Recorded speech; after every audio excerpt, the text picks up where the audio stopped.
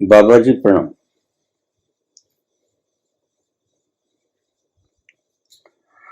कोई भी डिसीजन लेते हुए उसका इशारा या आदेश कैसे समझें कि वो क्या करवाना चाहता है।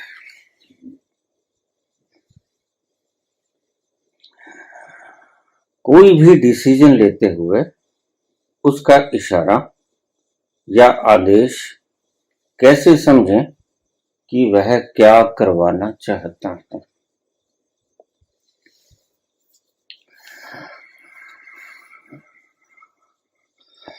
उसके पास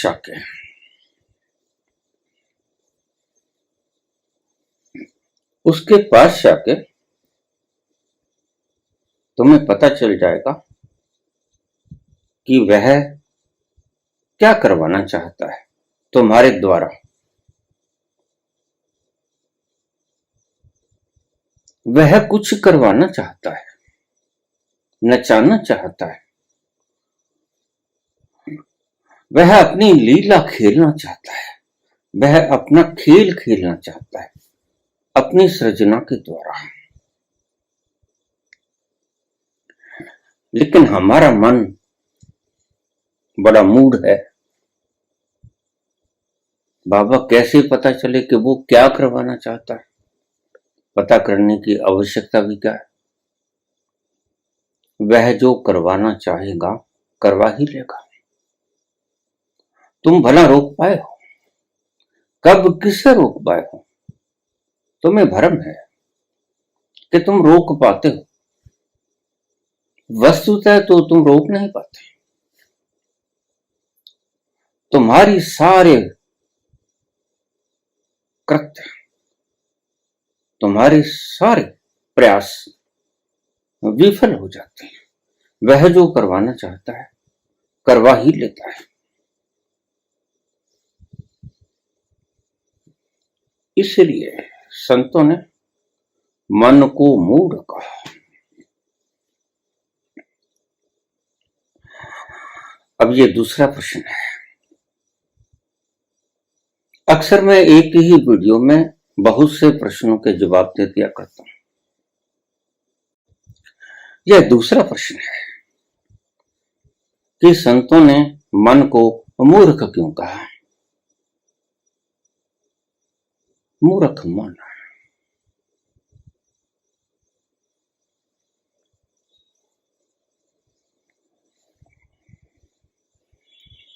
बड़ा सुंदर प्रश्न है, लाजवाब प्रश्न है। इसका उत्तर भी लाजवाब है। संतों ने मन को मूर्ख इसीलिए कहा कि मन अपने आदेश के द्वारा तुम्हें जहां भी ले जाता है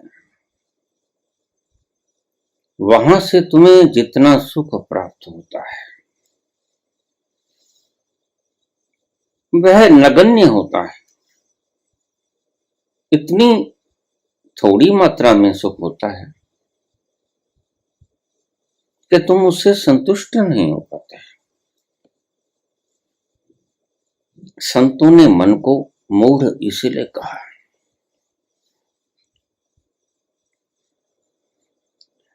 संत कहते हैं मन के पीछे मत चलो। यह तुम्हें जहां ले जाएगा वहां सुख तो होगा,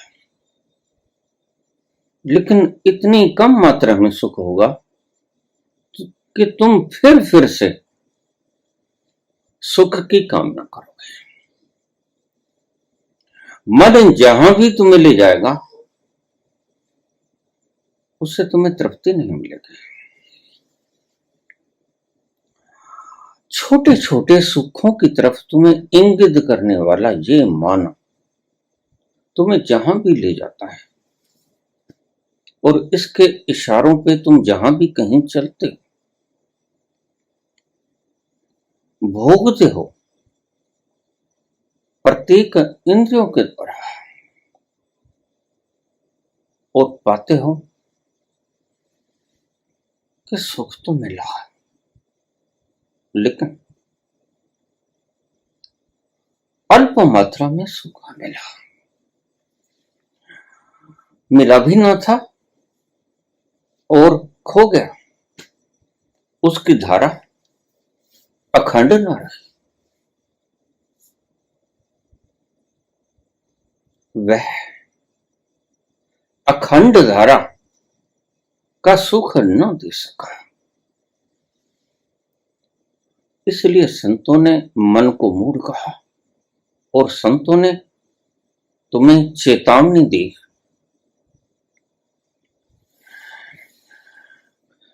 इसीलिए नहीं कि मन तुम्हें सुख देता नहीं, नहीं ऐसा नहीं।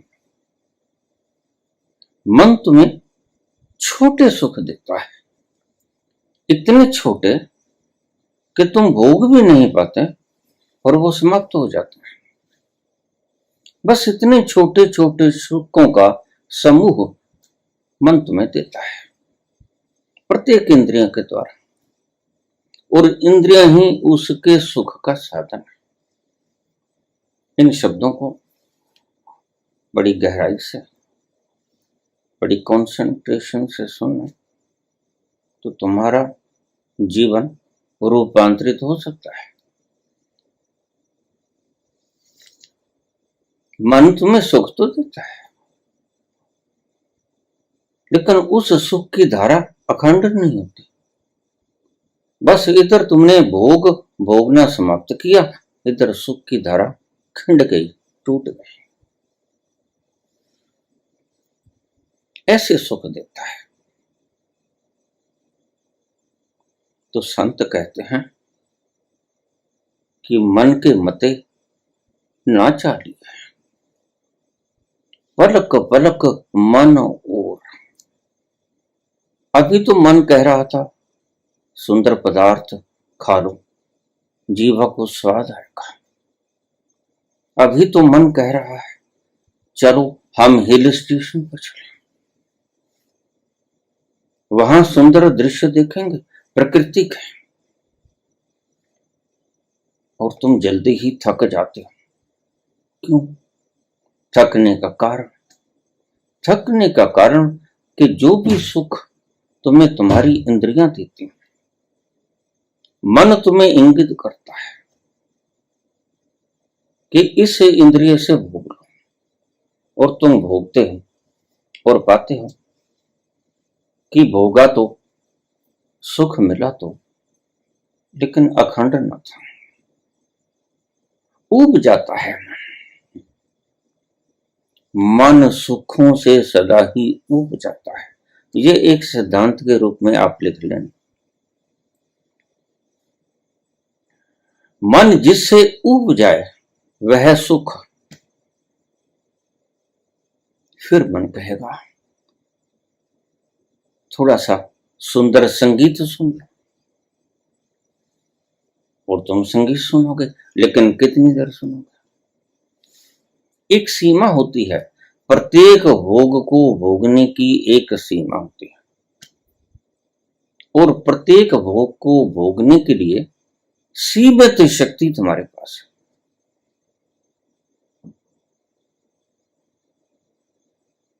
मन तुम्हें सुख के इशारे तो करता है, और तुम वो सुख भोगते भी हो, तुम्हें सुख मिलता भी है, लेकिन वो सुख ऐसे हैं क्षण भंगुर है, आए भी न थे, विलीन हो गए। ऐसे ही सुखों को भोगने की मन तुम्हें हिदायत देता है। बस यही कुछ है मन के पास। मन के पास इससे ज्यादा कुछ भी नहीं। इसलिए संतों ने मन को मूढ़ कहा, मन लोभी, मन लालची, मन चंचल। अभी कहेगा जीवा से स्वाद ले लो, फिर कहेगा कान से स्वाद ले लो, आंख से स्वाद ले लो, स्पर्श का आनंद ले लो, कितनी खूबसूरत हवाएं चल रही। ये काले बादल, कितनी घनघोर घटाएं बरस रही हैं। आओ नहा लें, चलो सुगंधित बगीचों में चलो, नासा फुटों का आनंद ले, अंतरंग क्षणों का आनंद ले ले।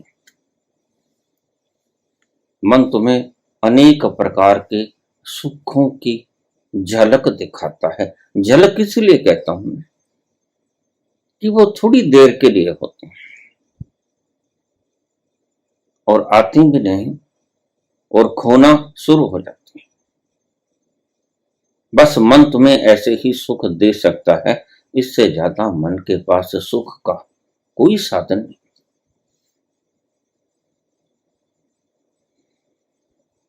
इसलिए मन को मूढ़ कहा, मूर्ख। वह वेला जो तुम अखंड आनंद को पीने में दक्ष हो पाते हैं, वही वेला तुम छोटे छोटे सुखों को प्राप्त करने में गुजार देते हो। धन कमाते हो, क्षणिक सुख मिलता है, गिनती करते रहते हो, आज इतना हो गया, आज इतना हो गया, कल और बढ़ा लूंगा, फिर और बढ़ा लूंगा, और एक दिन शेख चिल्ली की तरह वो घड़ा फूट ही जाता है। गिर जाते हैं सारे सपने। तुम देखते हो, तुम्हारे देखते ही देखते तुम्हारे द्वारा इकट्ठा किया गया सारा सुख का साधन धड़म से गिर जाता है और तुम देखते ही रह जाते। इसलिए संत कहते हैं कि मन के पीछे मत जाना, ये तुम्हें सुख तो देगा लेकिन सुख की भ्रांतियां देगा। क्षण का सुख भ्रांति ही तो होता है।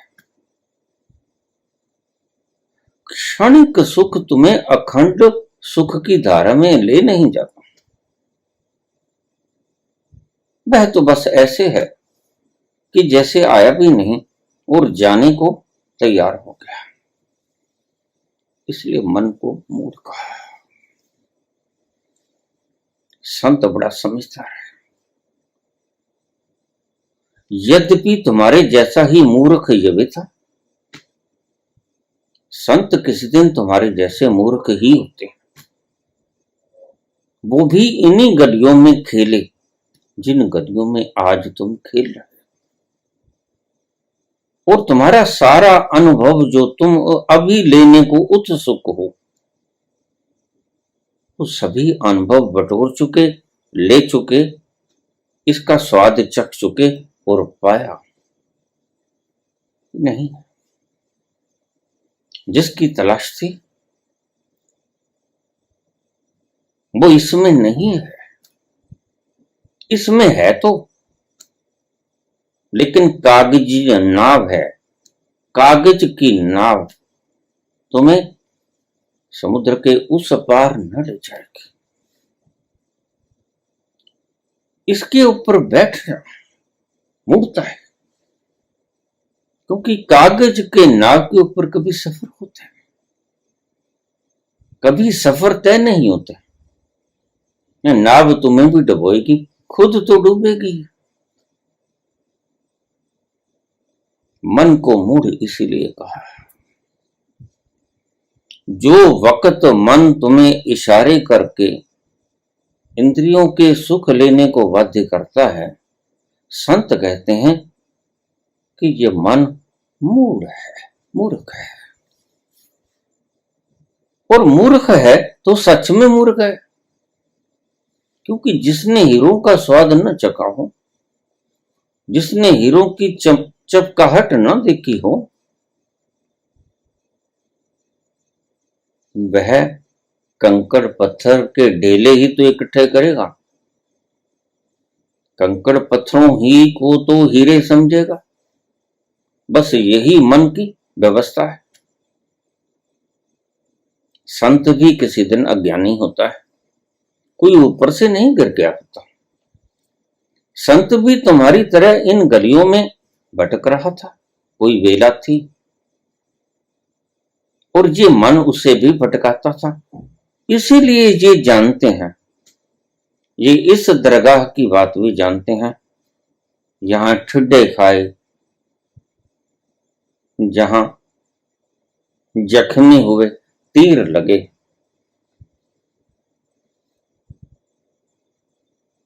दुखों के कारण खुद ही पैदा किए। झगड़े और तनाव और रोग और शोक सब मन के कहने से पैदा हुआ है। और संत अच्छी तरह जानता है। संत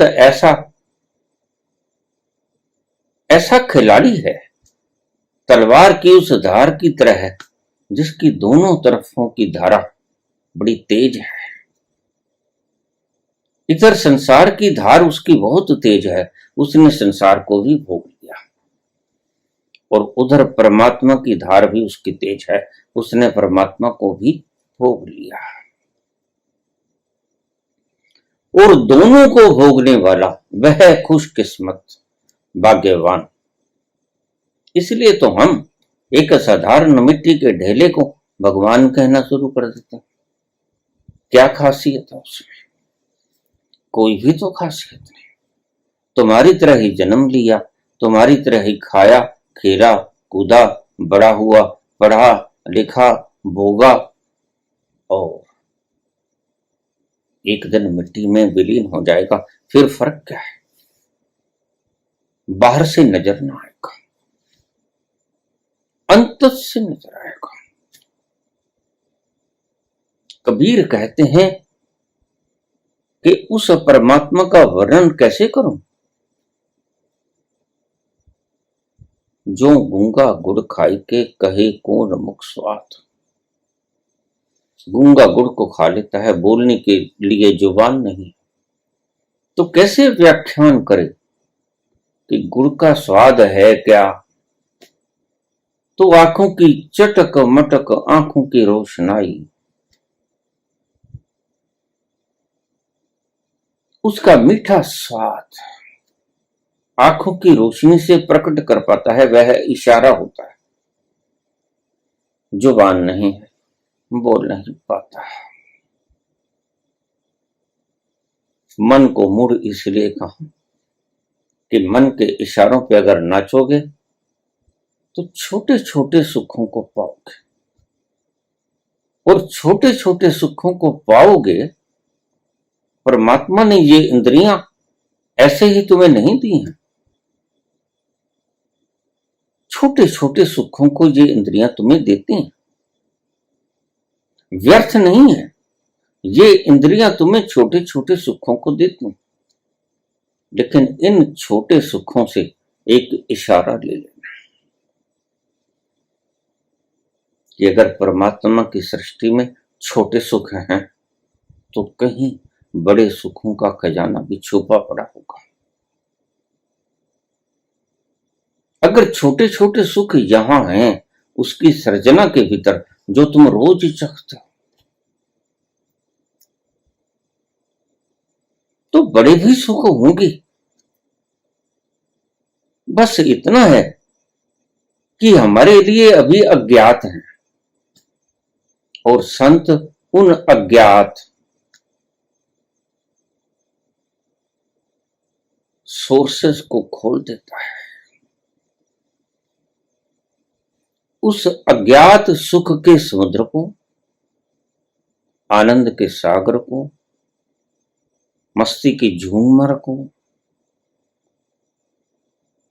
खुमारी की उन हवाओं को, सुगंध के उन बगीचों को संत खोल देता है। क्योंकि वह जो बड़े सुखों का साधन है, वह जो अनंत सुखों का साधन है, वह रहस्य है। वह इन इंद्रियों के द्वारा न तो चखा जाता है, न ही वर्णित होता है। इसलिए तुम सदा ही उससे अछूते रह जाते हो। क्योंकि जितने भी महान पुरुषों ने तुम्हें उपदेश किया, उन उपदेशों से तुम इंद्रियों के द्वारा सुख मानते हो। इन पांचों इंद्रियों के द्वारा मधुर स्वर का, मधुर दृश्यों का, सुंदर सुगंध का, सुंदर स्पर्श का और अंतरंग क्षणों के आनंद का, इन इंद्रियों के द्वारा तुम ऐसे ही भोग भोगते हो। कोई नहीं है ऐसा जो तुम्हें इंद्रियों से पार, एक ऐसा सुख जिसका धागा टूटता ना, जिसकी धारा अखंड है, अखंड धारा का वो मालिक, उसकी तरफ जो इशारा करे वो संत, और जो उस इशारे को पकड़ ले वह शिष्य।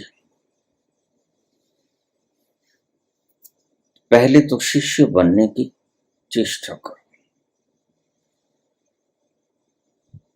जब तुम शिष्य बनने की चेष्टा करोगे और शिष्य हो जाओगे, महावीर ने कहा श्रावक बन। पहले अच्छी तरह सुनो, संत कहता क्या है। संत गाता है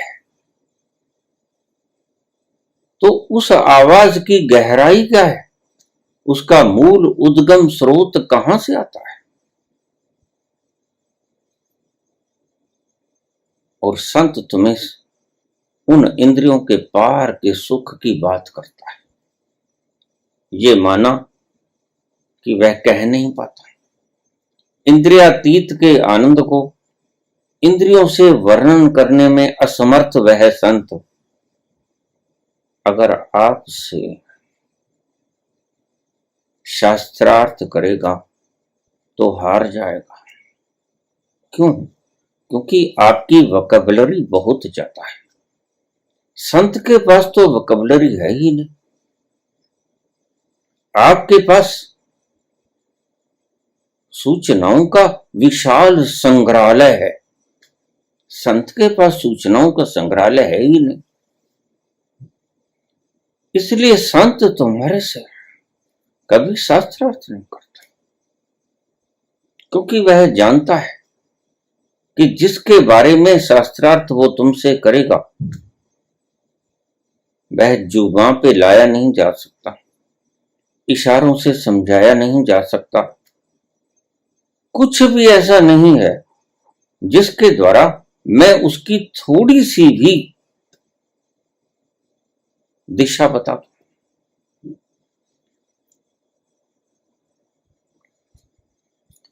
और उस विराट को तुम उस मन के द्वारा समझने की चेष्टा करते हो जो इतना संकल्प विहीन है।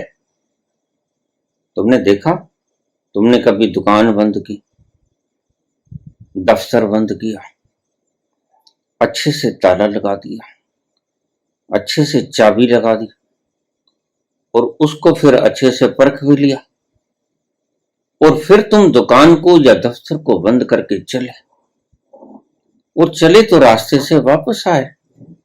वापस क्यों आए? मन कहता है अच्छे से देख लिया, ठीक से ताला बंद कर दिया, कुछ शंका शेष रह जाती है। बस मन का संकल्प इतना ही, तुम फिर से वापस जाते हो, फिर से उसको टटोलते हो, फिर से उसको खोलते हो, फिर से उसको बंद करते हो, और मन संकल्पहीन है तुम्हारा। ये बार बार शंकाएं उठाता है। शंकाएं उठाना इसका स्वभाव है। निश्चित ही ये शंकाएं उठाएगा। क्यों कहते हैं कबीर कि इस मन के मते न चारिए, पलक पलक मन और। यहां ये ताला लगा के जाएगा, बस चौंक तक जाएगा और वहीं से वापस मुड़ाएगा। कहीं ऐसा तो नहीं कि मैंने बंद ही ना किया। बस ऐसे ही भटकाता है तुम्हारा मन। यह सिर्फ जिनको ओसीडी की प्रॉब्लम है वो ही नहीं करते, किसी न किसी छोटी बड़ी मात्रा में सभी करते हैं। क्योंकि मन के तल के ऊपर जो भी रहेगा वो ऐसे ही करते करेगा, मन का स्वभाव है। तो उसका क्या है प्रयोजन, वह तुम्हें कैसे चलाना चाहता है, क्या काम लेना चाहता है वह तुमसे, कैसे पता चलेगा बाबा? उसके करीब जाके फिर तुम्हें कोई संदेह ना रहेगा। क्योंकि ऊपर ऊपर तो बड़ी आवाजें हैं, ऊपर ऊपर तो बड़ा शोरगुल है। दो आवाजें हैं। मन की आवाज बड़ी तेज है, संसार का कोलाहल बड़ा घना है,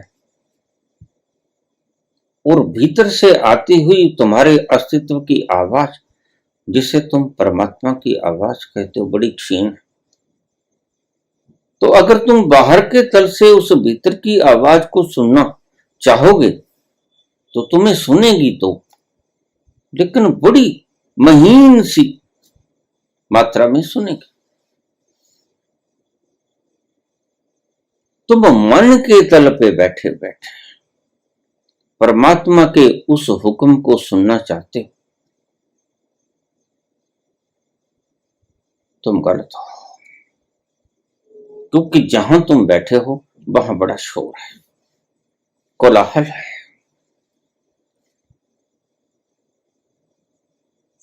चाहे झरनों का पानी कलकल करता, नदियों का पानी, समुद्र की गर्जन, लेकिन शोर बहुत है। चाहे तुम्हें मधुर संगीत लगे, वीणा का, बेंचों का, हारमोनियम का, लेकिन है तो शोर। इस शोर के ऊपर बैठे बैठे तुम उस अत्यंत महीन दूर से आती आवाज को पकड़ ना पाओगे। ये मजबूरी है। मन के तल पर बैठे बैठे तुम्हारा मन इतना शोरगुल से भरा पड़ा है कि तुम भीतर से उस परमात्मा की एक महीन सी आवाज को कैच नहीं कर पाते। ये तुम्हारी मजबूरी है। और कई बार तो तुम ये परमात्मा की आवाज है यह समझकर मन की आवाज के अनुसार ही चलना शुरू कर देते हैं। मजबूरी है। जब पकड़ ही नहीं पाते परमात्मा की आवाज को, तो फिर मन की आवाज को ही तुम परमात्मा की आवाज समझ लेते। तो इसके लिए क्या करना होगा? मन की स्थिति से दूरी बनानी होगी। अभी तक तो परमात्मा से दूरी बनाई, फिर उल्टा रास्ता अपनाना होगा, फिर मन से दूर जाना होगा और परमात्मा के करीब आना होगा। ध्यान रखिए, ये एक धागे के दो अंत हैं, दो छोर हैं। एक छोर पे मन का कोलाहल और दूसरे छोर पर परमात्मा का आदेश। अगर तुम मन के छोर पे बैठे रहोगे तो तुम्हें परमात्मा का आदेश नहीं सुनाई पड़ेगा, और अगर तुम परमात्मा के करीब आ गए तो तुम पाओगे कि मन की आवाज खो गई। क्योंकि जैसे ही तुम परमात्मा की तरफ अपनी शक्ति को साथ लेके जाते हो, ध्यान रखना, इसके पीछे का मनोविज्ञान क्या है, इसके पीछे की रसायन विद्या क्या है। तुम शक्ति स्वरूप हो, तुम शक्ति पुंज। अगर उस शक्ति को मन के तल पे लिए बैठे रहते हो तो बाहर की सारी चीजें तुम्हें बखूबी समझाती, क्योंकि तुम अपने मन को शक्ति देते रहते हो और वह मन इंद्रियों के द्वारा तुम्हें सारी सूचनाएं इकट्ठी करके प्रदान करता रहता है। और जैसे ही तुम मन से दूर हटे, धागे का एक छोर छोड़ा और दूसरे छोर की तरफ मुखड़ा कर लिया और अंतस की यात्रा करनी शुरू कर दी, तो तुम पाओगे कि मन का शोरगुल कम होना शुरू हुआ है। क्यों कम होता है मन का शोरगुल?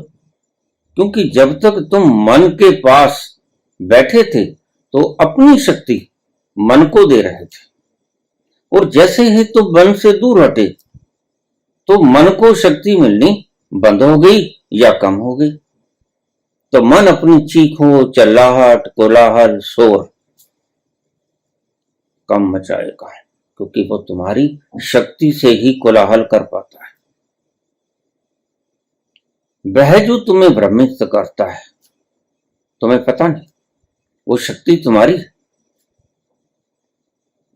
और जैसे ही तुम मन से भीतर उतरोगे, अंतर्मुखी होगे, उससे दूर चले जाओगे,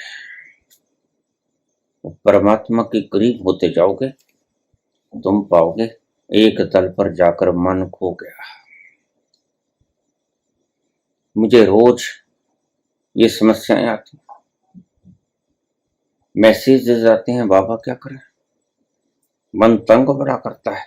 मैं कहता हूं थोड़ा सा और खिसक जाओ, अभी मन को शक्ति मिल रही है और तुम ही हो मन को शक्ति देने का कारण। तुम इतने खिसके हो, थोड़ा और खिसक जाओ, थोड़ा और अंतर्मुखी हो जाओ और पाओगे एक तल पर जाकर, एक तल पर जाकर जब मन को शक्ति मिलनी अति कम हो जाती है या बंद हो जाती है, तो मन शोरगुल मचा नहीं पाता। रात्रि को मन शोरगुल मचाता है। जब तुम सुषुप्ति अवस्था में, परम विश्राम की अवस्था में होते हो, तो मन शोर मचाता है? नहीं मचाता। क्यों नहीं मचाता? क्योंकि रात्रि को तुम अपने आप को उसके हाथों में छोड़ देते हो, रिलैक्स कर देते हो। तुम्हें पता नहीं, अज्ञात रूप से तुम वही क्रिया करते हो जो ज्ञात रूप से ज्ञानी तुम्हें ध्यान में जाने के लिए सिखाते हैं। बिल्कुल वही फार्मूला तुम अपनाते हो नींद में जाने के लिए रोज। और 7-8 घंटे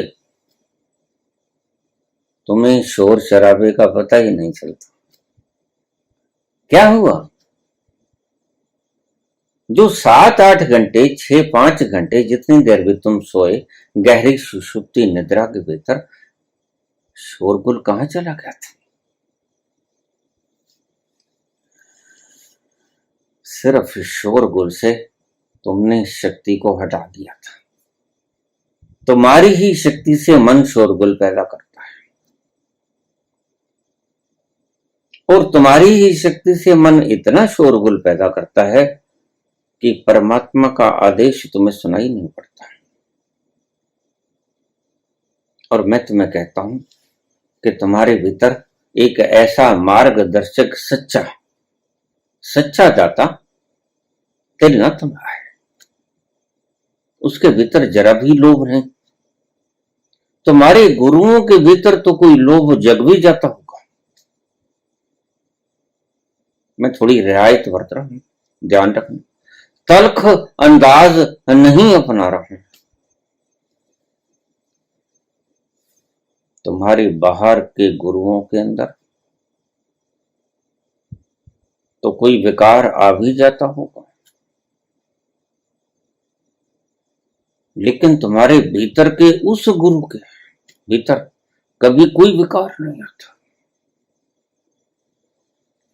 वह तो वो तत्व है जो कभी मलिन होता ही नहीं, वो कभी तमा खाता ही नहीं, यानी जिसको कभी लोभ जगता ही नहीं, जो कभी कुछ नहीं चाहता, जो अपने में ही संतुष्ट है, जो अपने में ही परम तृप्त है, वो तुम्हारा भीतरी तल है। और उस तरफ जब तुम निकल जाओगे, अभी तो तुम बाहर की यात्रा में, अभी तो तुम्हें पदवियां चाहिए, अभी तो तुम्हें धन के अंबार चाहिए, और तुम्हें पता नहीं है क्योंकि प्रकृति बड़ी समझदार है। प्रकृति का एक बड़ा जबरदस्त इम्तिहान है तुम्हारे सामने। प्रकृति 2 जन्मों के भीतर एक ऐसी तकड़ी दीवार खड़ी कर देती है कि पिछले जन्मों तक तुम जाना भी चाहो तो बामुश्किल जा सकोगे। इसलिए ये जो बड़ी आसानी से तुम्हें अपने पूर्व जन्म का वृत्तांत बता देते हैं, और तुम्हें यह भी बता देते हैं कि तुमने क्या कर्म किया था, जिस कर्म के कारण तुम दुखी हो, तुम्हारी ये दुर्गति हुई, तुम्हें ये ऐसा रोग हुआ, तुम्हें इतनी क्षति पहुंची, या जो भी कुछ अच्छा बुरा हुआ, ये तुम्हारे पिछले किस जन्म के कारण से हुआ, ये लोग तुम्हें बखूबी बता देते हैं। अब आगे का शब्द ध्यान से सुनना, ये पाखंडी, ये झूठ है, ये पाप कमा रहे होते हैं, इन्हें कोई पता नहीं चलता। प्रकृति में ऐसा कोई विधान ही नहीं कि जो दूसरे के पिछले जन्मों को बता सके तुम्हारे सिवा। तुम ही तुम्हारे पिछले जन्मों में ये ऐसा शानदार परमात्मा ने लॉक किया है कि दूसरा व्यक्ति तुम्हारे जन्मों में झांक ही नहीं सकता।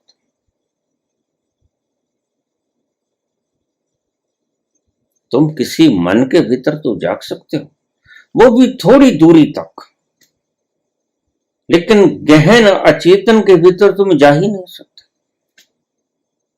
मन का बाहर का हिस्सा ही मन ही नहीं है। सिर्फ समुद्र के ऊपर की लहरें ही समुद्र नहीं होती। सच में पूछो तो जहां लहर नहीं होती वहीं से असली समुद्र शुरू होता है। तो तुम बाहरी कलाओं से मनुष्य के चेतन में से निकलती हुई कुछ रेंजेस को पकड़ सकते हो, ये कला है, लेकिन उसके मन की थोड़ी गहराई के बाद तो तुम खुद भी अपने मन में नहीं उतर पाते, दूसरा तुम्हारे मन में क्या उतर पाएगा। जिस बल की अतल गहराइयों में तुम स्वयं भी नहीं उतर पाते, वो दूसरा कोई उतर जाए यह संभव नहीं। जो अपने पुराने जन्म में तुम खुद ही नहीं उतर पाते, ये लोग जो आपको भ्रमित करते हैं कि तुम पिछले जन्म में ये किए थे और इसका परिणाम तुम्हें ये मिला। मैं इस बात की गारंटी देता हूं, इन लोगों का आप नार्को टेस्ट करवा लीजिए, पाओगे सरासर 100% ये झूठ है। इसलिए पीएलआर करने वालों को मैंने बहुत पहले से चुनौती दे रखी। क्यों? क्योंकि मैं ईश्वर का विधान बड़ी अच्छी तरह से जानता हूं। खुद अपने पिछले जन्मों में उतरा हुआ व्यक्ति ही ईश्वर के विधान को बखूबी जान पाता है, दूसरा कोई जान भी नहीं पाता। इसलिए मैं ये बात भी बड़े दावे से कहता हूं कि ये जो लोग पीएलआर करने वाले आपके पिछले जन्म की कर्म व्यवस्था बता देते हैं कि आपने ये किया, इसीलिए इसका परिणाम ये आया।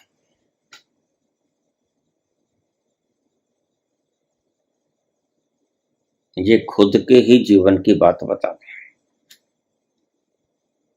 तुम पापों की बात छोड़ो, दुखों की बात छोड़ो, तुम किसी व्यक्ति को यह बता दो कि उसको आखिर कैंसर हुआ, तुम्हें जानकर बड़ी हैरानी होगी। तुम कहोगे ये सिगरेट पीता था, ये शराब पीता था, लेकिन मैं ऐसे व्यक्ति आपके सामने कर दूंगा जिन्होंने कभी सिगरेट को छुआ नहीं, जिसने कभी शराब की एक बूंद भी ना छुई, जो मिताहारी हो, जिसने सदा पौष्टिक आहार लिया। तुम इतना भी तो नहीं बता पाते कि किस चीज के सेवन से तुम्हें इतनी बड़ी बीमारी लग गई। तो फिर ये पिछले जन्म में ले जाएंगे आपको, दिल के बहलाने को। गालिब ये ख्याल अच्छा है, ये रोग आपको भटकाए ही चले जाएंगे। और मैं क्यों इन आदमियों की, इन व्यक्तियों की निंदा क्यों करता हूं? ये निंदा नहीं, ये आलोचना। खुली आंखों से जो मैंने देख लिया, मैं मात्र उसका वर्णन कर रहा हूं। उस वर्णन करने में अगर इनका झूठ कट जाए तो यह मेरा दोष नहीं। मेरे सत्य बताने से अगर इनका झूठ कटता है तो मेरे चैलेंज को स्वीकार कर लें। लेकिन अभी तक किसी पीएलआर के करने वालों ने चैलेंज स्वीकार नहीं किया। तुम पिछले जन्म की बातें करते हो। दो धर्म ऐसे हैं बड़े जो तुम्हारे धर्मों से कहीं ज्यादा जनसंख्या रखते हैं। पीएलआर करने वालों को मैं मेरे इन शब्दों को ध्यान से सुनने, जो आपकी संस्थाओं की जनसंख्या से कहीं ज्यादा जनसंख्या रखते हैं, वो पिछले जन्म को मानते तक नहीं। समझाओ उनको, कैसे समझाओ? और मृत व्यक्ति को दफन कर देते हैं, जलाते हैं। उनको समझाओ, कैसे समझाओ? अरे मूर्खो, मूढ़ो, तुम्हें इतनी समझ नहीं आती। पूरे के पूरे दो धर्म इस बुनियाद पे खड़े हैं कि जन्म सिर्फ एक ही होता है।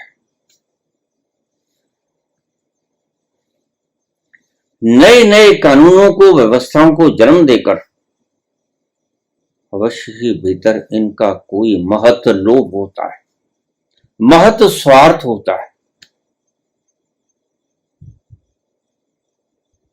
ये बखूबी जानते हैं। झूठ बोलने वाला व्यक्ति ऐसा नहीं है कि गलती से झूठ बोल देता है, नहीं, वह बखूबी जानता है कि मैं झूठ बोल रहा हूं। उसका अंतस साक्षी होता है कि मैं झूठ बोल रहा हूं, और उसको पता होते हुए भी वह झूठ बोलता है। क्या करे? कोई महत अंकाक्षा पीछे छुपी होती है। संख्या बढ़ानी है, बल बढ़ाना है,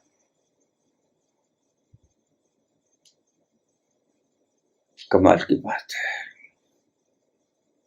जिन व्यक्तियों ने कभी निर्बलता के उस चरम प्रकाष्ठा को छुआ नहीं, जहां जाकर आनंद के गुब्बारे फूटते हैं,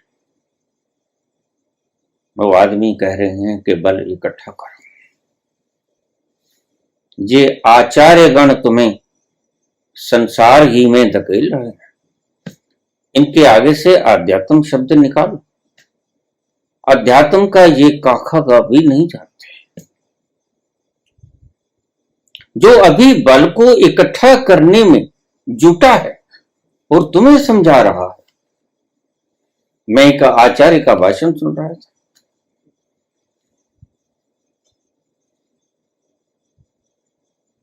शादी को बंधन बता रहे हैं।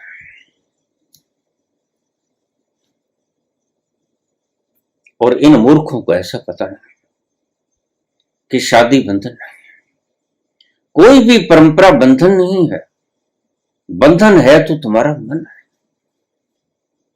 जिस दिन तुम अपने मन से आजाद हो गए, कोई बंधन तुम्हें बांध नहीं सकेगा। कृष्ण को कहां बांध पाते हैं? राधा और कृष्ण का प्रेम तो सर्व उजागर है।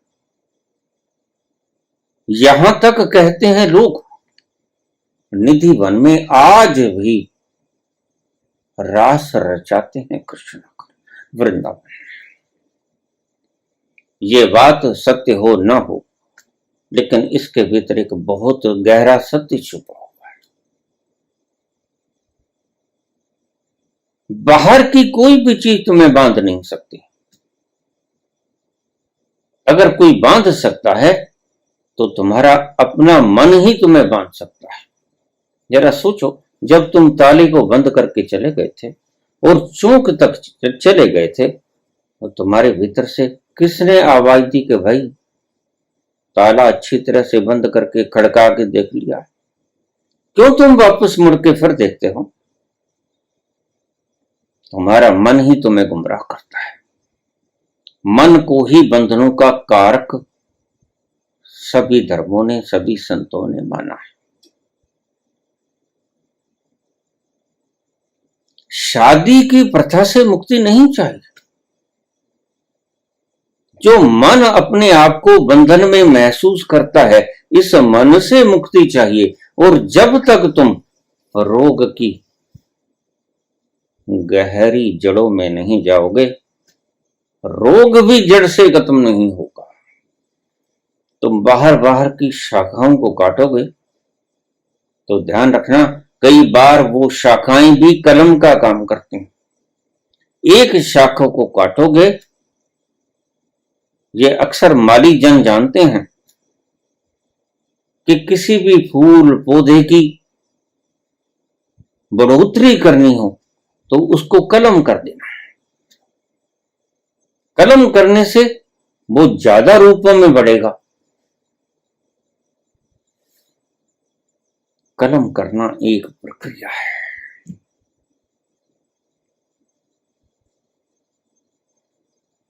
तुम बंधनों को काटने का ढूंढते हो तरीका, शादी मत करो, वहां मत जाओ, वहां मत जाओ। तुम मन को दबाते हो, सुप्रेस करते हो, लेकिन संत ऐसा नहीं करता। कृष्ण तो 16,108 रानियों के भीतर मजे से कटे। उनको तो कभी कोई बंधन नहीं होता। 8 स्त्रियों को तो वो विधिवत विवाह के लेके आते हैं। तुम्हें एक विवाह से दिक्कत हो रही है। और सुनने वाली जनता भी मूढ़ है, जो ऐसे मूर्खों को सुनती है। इन मूढ़ता के केंद्रों को, जड़ों को समूल से नष्ट करना होगा, अन्यथा ये कलम लग जाएगी और फिर तुम हर व्यवस्था के भीतर बंधन को ढूंढ लोगे। और आज ऐसा ही कलम करने वाले लोग तुम्हें उपदेश कर, ये ऐसा मत करो, ये ऐसा मत करो। ये 10 कमेंडमेंट्स, ये तुम्हारे लिए कलम का काम करते हैं। और फिर एक बार तो तुम्हें लगता है कि ये टहनी हमने काट दी, लेकिन फिर वो जब बहुगुणित होकर बढ़ जाती हैं तो तुम कहते हो, अरे ये क्या हुआ? हमने तो एक छोटी सी टहनी काटी थी, ये तो सैकड़ों दिशाओं में बढ़ने लगा। और जैसे जैसे तुम कलम करोगे, वैसे वैसे शाखाएं बढ़ती रहेंगी। यह एक फार्मूला भी है। जैसे जैसे मन को तुम दबाओगे, सुप्रेस करोगे, वैसे वैसे मन ज्यादा उत्पात उठाएगा। कलम करना कोई निदान नहीं। तुम इतने डरपोक हो, इतने कायर लोग आज धर्म का प्रचार कर रहे हैं। कबीर तो नहीं डरे, नानक तो नहीं डरे, राम तो खुशी से जाते हैं और धनुष को उठाकर उसका चिल्ला चढ़ा देते। कृष्ण तो जो स्त्री उन्हें प्रेम करती है उसका अपहरण करने से भी नहीं चूकते, और तुम बंधनों से डरते हो। जरूर ही ये मन तुम्हें बंधन देता है, ये व्यवस्थाएं तुम्हें बंधन नहीं देती। इन बातों को आप ढंग से समझ लें। कोई भी व्यवस्था तुम्हें बांध नहीं सकती। अगर तुम में थोड़ी कला, तुम प्रत्येक जंजीर को आभूषणों में डाल सकते हो।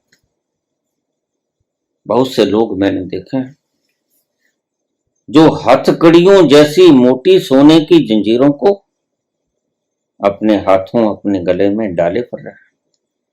उनको ये बंधन लगती नहीं, क्यों? उनको ये आभूषण लगते हैं। उन्होंने कला सीख ली। अगर तुम इन्हीं बंधनों को आभूषणों में परिवर्तित करने की कला को सीख जाओ तो तुम्हें कोई बंधन जैसा मालूम ही नहीं पड़ेगा। सच पूछो तो तुम्हारी आत्मा कभी बंधती है ही नहीं।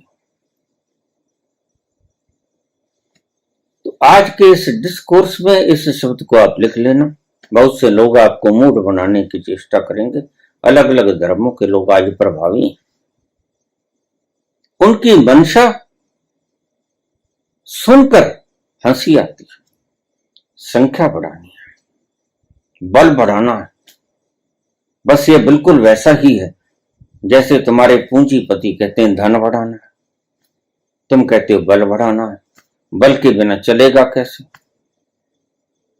कौन खड़ा है तुम्हें मारने के लिए? तुम्हारा मन ही बंधन है। बंधन में तुम्हारा मन, अगर तुम्हारे पास मन है तो बंधन में बंध जाओगे। फिर तो तुम किसी और बंधन में भी बंध जाओगे। फिर विवाह कोई आवश्यक बंधन नहीं, फिर तो कोई भी बंधन तुम्हें बांध लेगा। कई बार तो बंधन होते ही नहीं। मैंने कहानी सुनाई थी वो ऊंटों की। साइकोलॉजिकल बंधन होते हैं, बस मन का बंधन होता है। सच में कोई बंधन नहीं होता।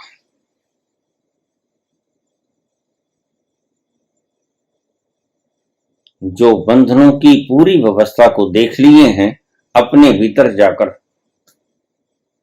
उस परम मुक्ति का आभास कर लिए हैं, वह बंधनों की स्थिति को समझ गए हैं, सत्यता को समझ गए हैं कि बंधन होते ही।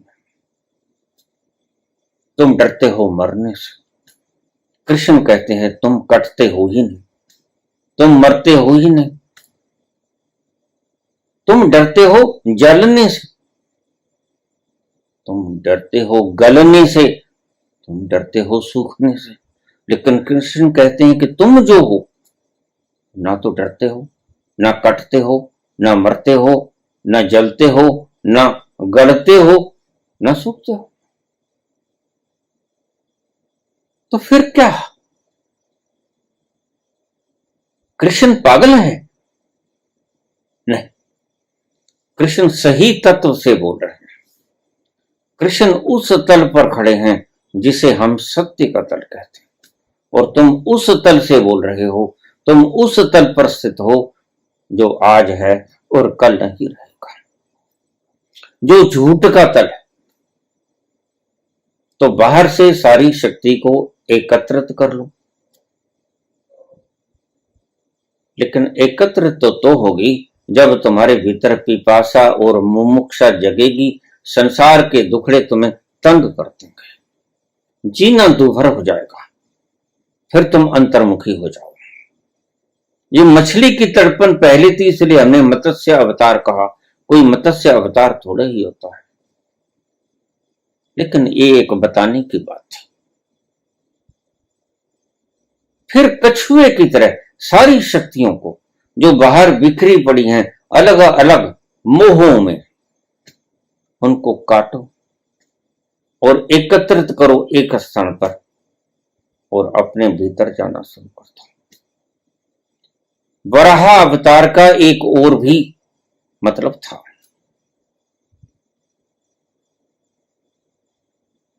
कि दूसरों की गंदगी को, दूसरों के पापों को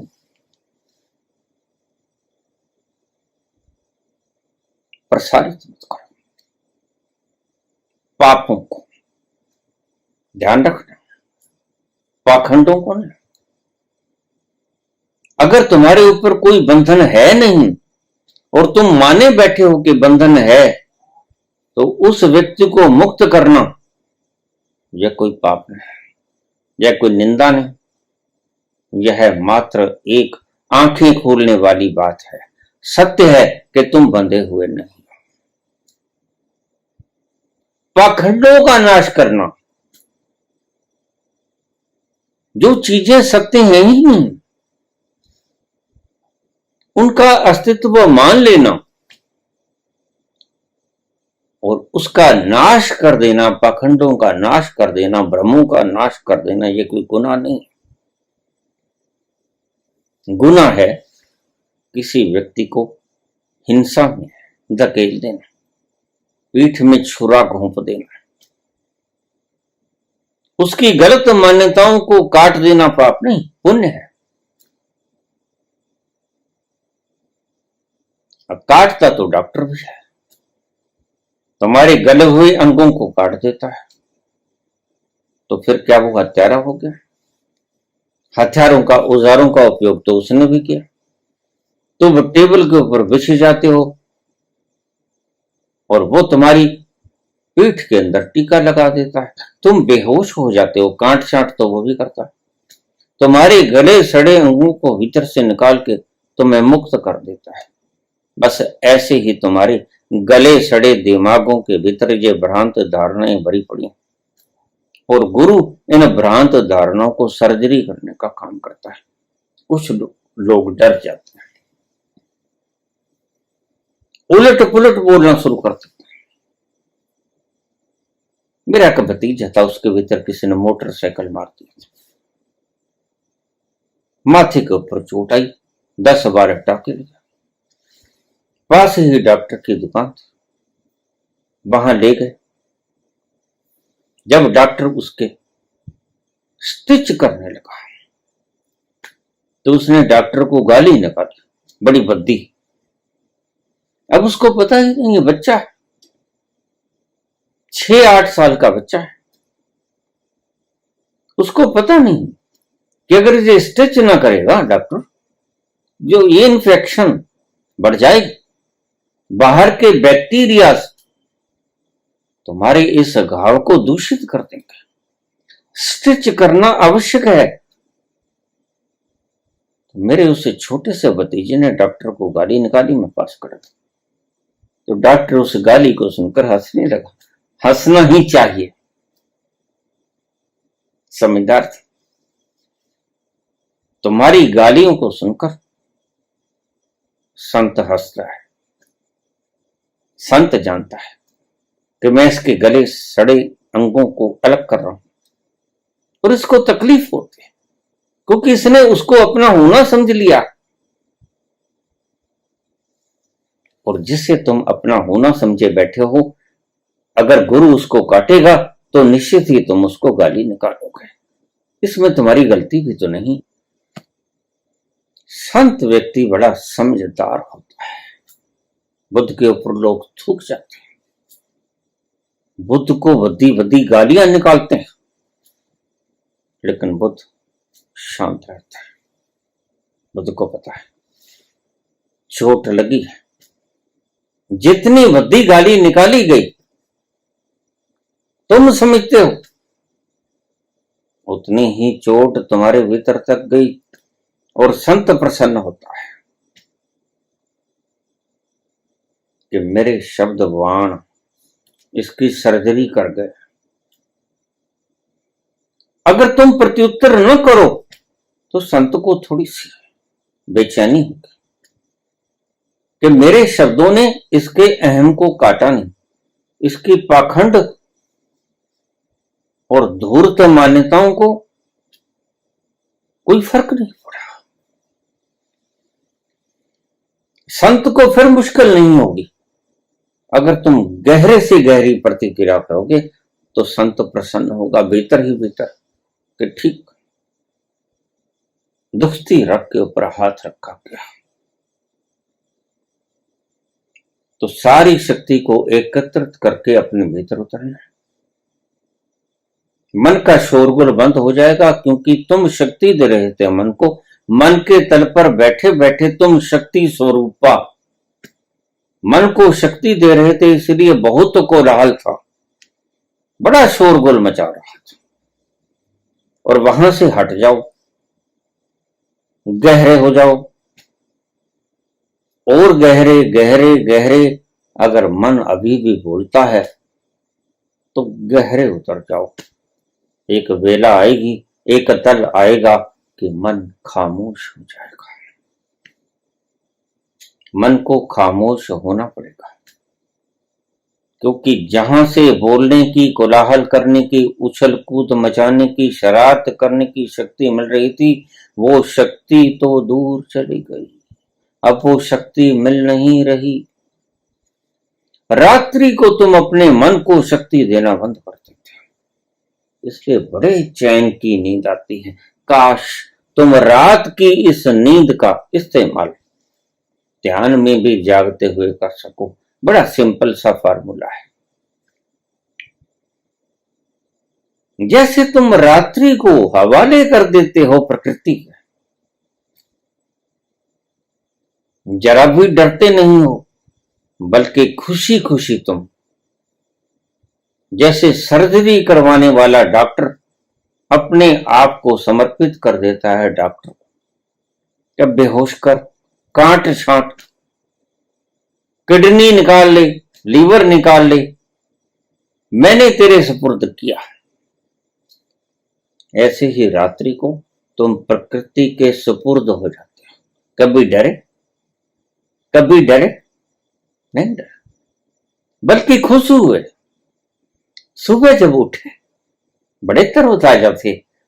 ध्यान रखना, ये तरोताजा सिर्फ इसीलिए हुए कि तुमने छोड़ने की कला सीख ली। प्रकृति के ऊपर छोड़ने की कला सीख ली तुमने। और काश तुम प्रकृति के बनाने वाले सर्जनहार के ऊपर छोड़ने की कला को सीख पाओ,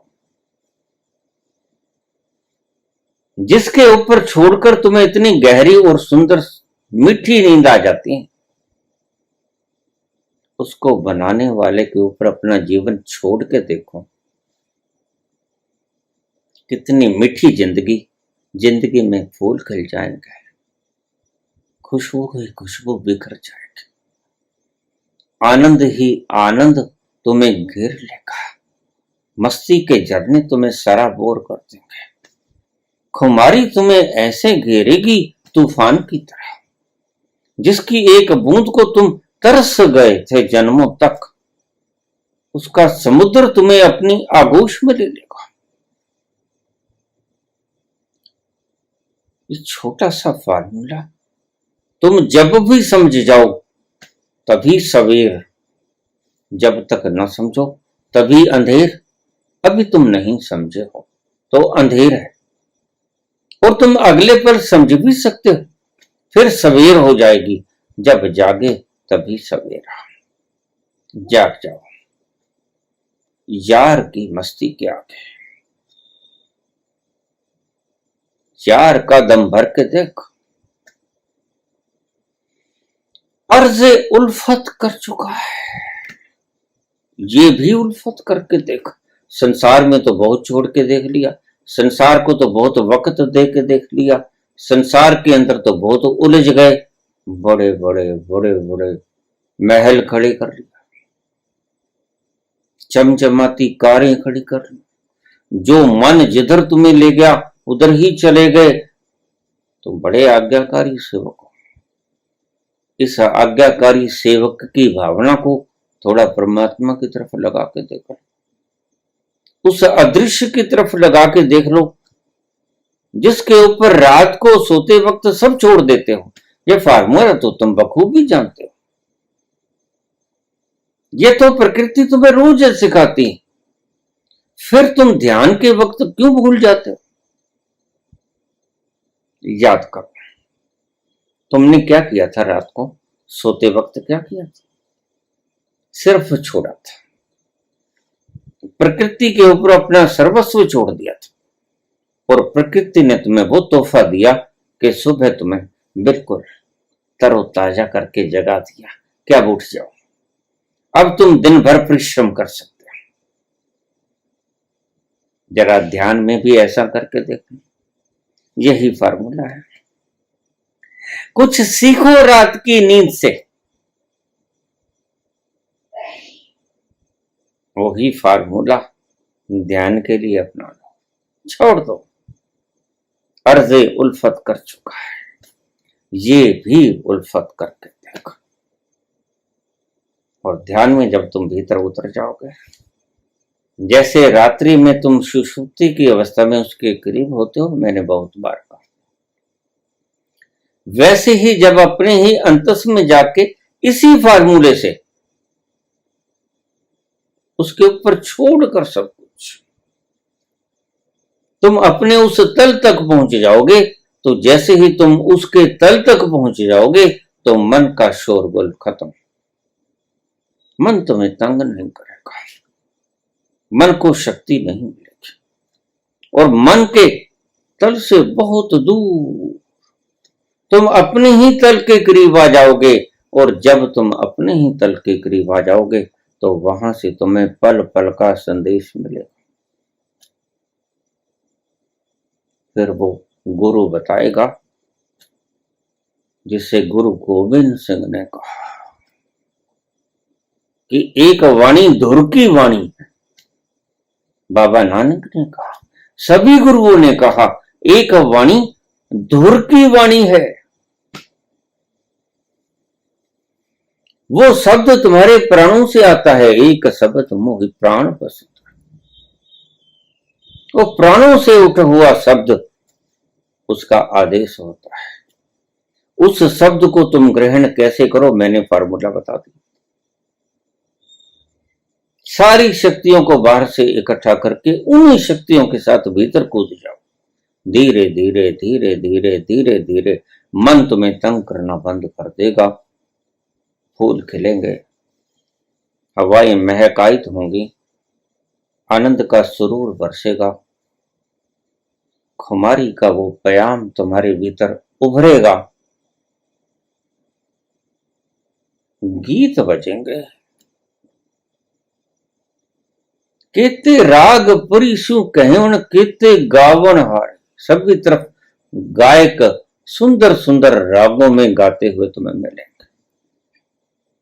घनघोर घटाएं छा जाएंगी उन अमृत की, मूसलाधार वर्षा तुम्हारे ऊपर बरसेगी, जिसके लिए तुम तरस गए थे। एक बूंद के लिए प्रभु का आदेश तुम्हें आएगा, पल पल पे वो तुम्हें दिशा देगा। और तुमने पूछा कि कैसे? बस ऐसे, सब कुछ छोड़कर। सभी ने कहा तुम समझ नहीं पाए। कृष्ण ने कहा सब छोड़ दे, सर्वधर्मान् प्रत्यज्य मामेकं शरणं व्रज। मैं तुम्हें वो दूंगा जो तुम्हें मेरी सृजना नहीं दे पाई। मेरी सृष्टि तुम्हें खंड खंड में हल्के हल्के सुख देगी, और मैं तुम्हें अखंड आनंद की धारा में ऐसा डुबा दूंगा कि तुम निहाल हो जाओगे। तुम तीर्थ स्नान कर लोगे। उस तीर्थ में उतरना, बाहर के तीर्थों, नकली तीर्थों में मत डूब जाना। इन नावों के ऊपर सवार मत होना, ये खुद भी डूब जाएंगे, तुम तो डूब ही जाओगे। तो उसकी रजा में चल के देखो, उसके ऊपर सब छोड़ दो, और तुम पाओगे कि तुम उस तल पर पहुंच गए जिस तल पर आदेश जारी होते हैं, फिर तुम कभी धोखा नहीं खाओगे, फिर तुम कभी दुखी नहीं हो सकोगे, क्योंकि तुम उसके आदेश से चलने लगे। बस वही तल है एक, वो तुम्हारे भीतर ही है, बाहर कुछ भी नहीं। ये लोग तुम्हें भ्रमित करने की चेष्टा करेंगे, मैं तुम्हें सचखंड में ले जाऊंगा, मैं तुम्हें शिव बाबा के पास ले जाऊंगा। शक्ति तुम्हें अपने अंतस में मिलती है और वो शिव बाबा तुम्हारे अंतस में ही विद्यमान है।